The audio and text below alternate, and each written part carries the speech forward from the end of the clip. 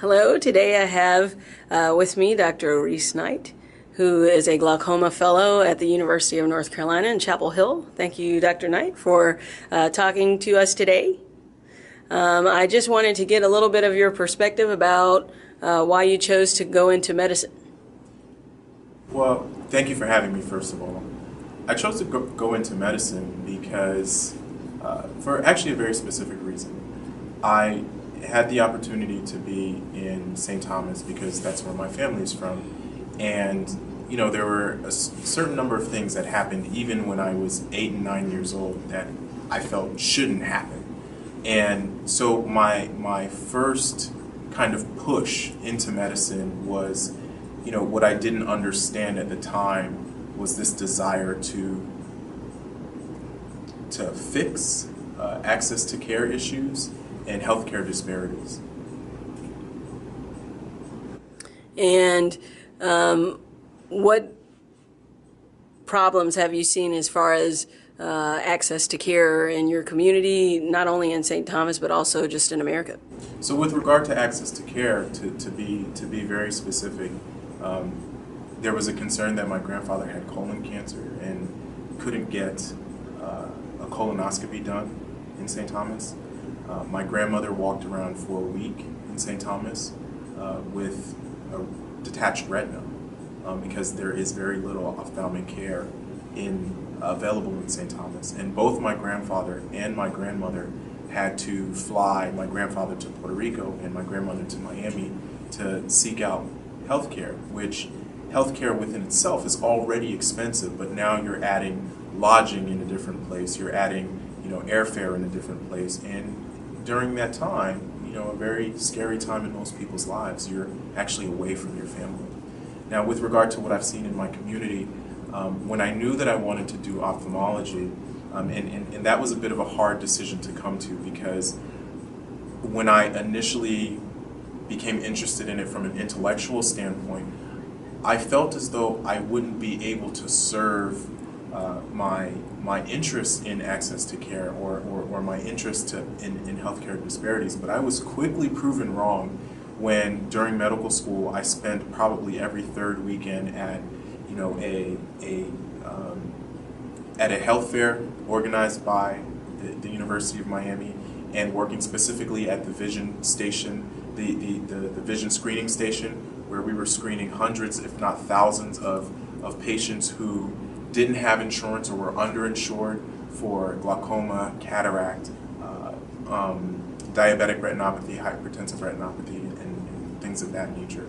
And it was very special because you knew by virtue of where these health fairs were, you were helping folks. The health fairs, the University of Miami was very specific in choosing neighborhoods where a majority of the citizens that lived in the surrounding neighborhoods fell below the federal poverty line. So you knew that you were getting people who otherwise were not going to get eye care, and that was the aha for me. That was, yes, I am going to be an ophthalmologist. And yeah, I understand you are now doing glaucoma fellowship, so I personally know there's a lot of disparity in glaucoma care, but what excites you about glaucoma specifically in ophthalmology? So specifically, I will say that much of that comes from just strong mentorship. You know, I do feel a personal mission. I have family members with glaucoma. I will probably, you know, be using Timolol eye drops at some point. But beyond that, I've had very, very strong mentors who are dedicated to treating glaucoma in the U.S., in Haiti, in Ghana, and in other areas. And I've been able to, you know, amass a number of just wonderful experiences. With regard to what I'm doing now in my fellowship, I'm actually in an interesting position where my fellowship is 50% clinical and 50% research. And one of the things that I'm working on is a contact lens that it can actually measure intraocular pressure,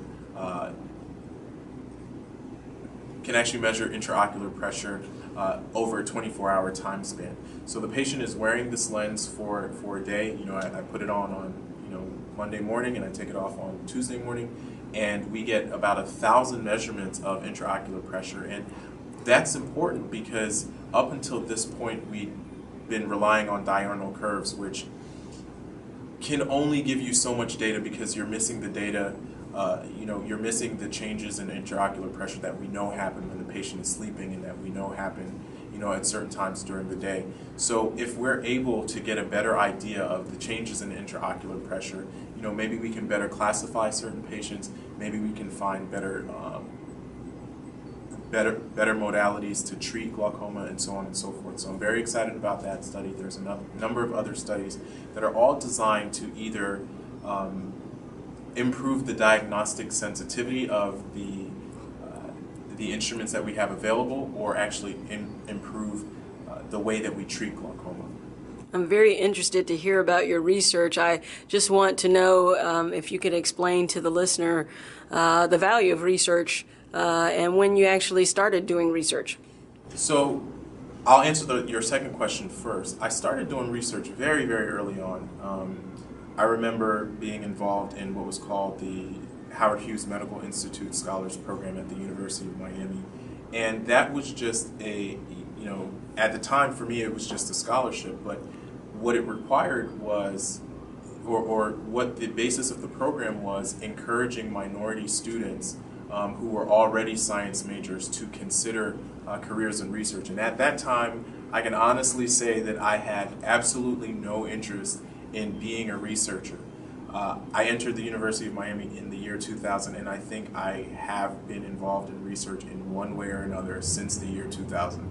And it is specifically because with everything that I've done, I've been able to see a direct connection between having a question about the delivery of care, the quality of care, access to care, being involved in a study that was designed to answer that question, finding the answer, and being able to change the way that we were practicing or thinking about our patients, or thinking about how we approach treatment. And I've seen improvement. One example is in one of my trips to Haiti, we took donated eyeglasses, and we took ready-made spectacles. And the ready-made spectacles, we ran out of those in 2 or 3 days. Many of the donated eyeglasses we had to bring back with us. And so that begged the question, is it possible to treat uncorrected refractive error, which is one of Vision 2020's utmost objectives? Is it possible to treat uncorrected refractive error with ready-made spectacles? And is that a better system of treating refractive error in a third world situation? And so we designed a study where we, figured out some things about, what level of refractive error could be treated with just a spherical equivalent.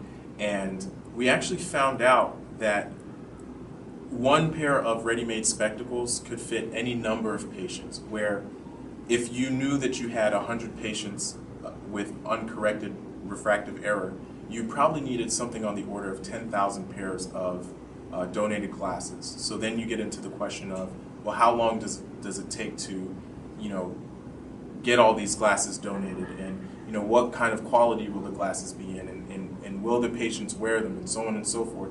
Where with regard to ready-made spectacles, you can just, pick different color frames. They're brand new.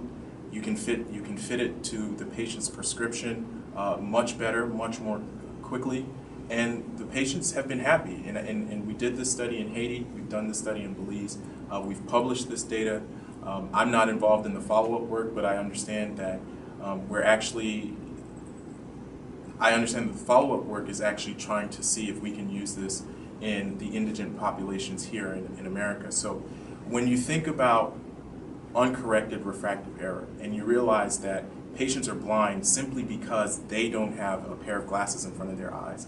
And you think about how dependent a blind person is, you think about their inability to work, and you understand that just giving them a pair of glasses that costs, $5 and they're brand new, and how that can change their life and change the lives of their family. It's a great feeling to know that I've been a part of that. Well, I mean, you sound like you've done fascinating things in a very short amount of time, and I applaud you for all the efforts that you've made, and I'm sure that you will be a shining star in our field very soon. I just want to know if you have just a little bit of advice for someone who may be in middle school or high school or college and are thinking about pursuing medical careers. What do you think they really need to be focused on? What kind of things do they really need to be doing? So as far as what you need to be focused on, certainly being the best student you can be. I like to put it, the way I like to put it is, the higher your grades are, the higher your test scores are, the less questions you have to answer. And that's particularly important for students of color because, there's already a knock against you. You're already, there's something that's already wrong with you. And then, people like to look at your application and say, well, his GPA is marginal, or his MCAT score is marginal, or his board score is marginal. And in that regard, my response becomes, let nothing stop you. Do the best that you can with regard to your grades.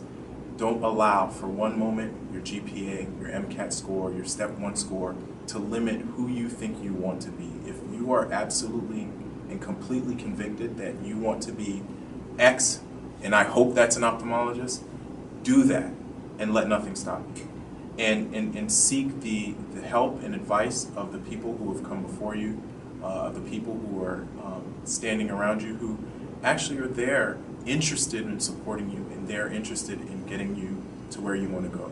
Be an advocate for yourself with regard to your professional goals. Thank you so much, Dr. Knight. I truly appreciate this opportunity to talk to you, and I look forward to seeing more of you in the future. It is my absolute pleasure.